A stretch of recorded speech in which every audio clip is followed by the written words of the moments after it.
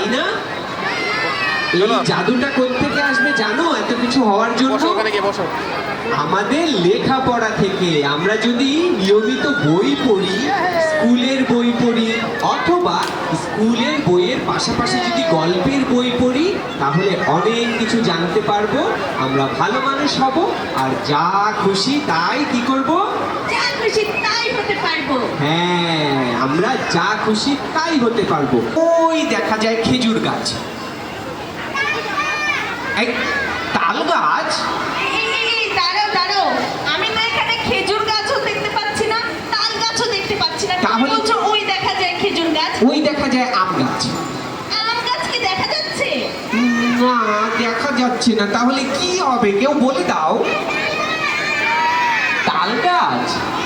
আচ্ছা, আমি এক লাইন বলবো, তোমরা এক লাইন বলবে। রেডি সোফি আপু? হ্যাঁ হ্যাঁ হ্যাঁ, আমি রেডি।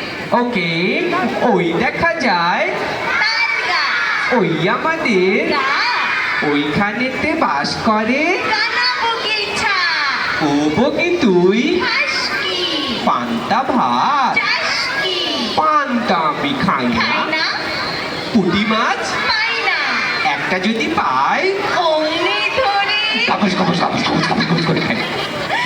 আমি তো পুঁটি মাছ না।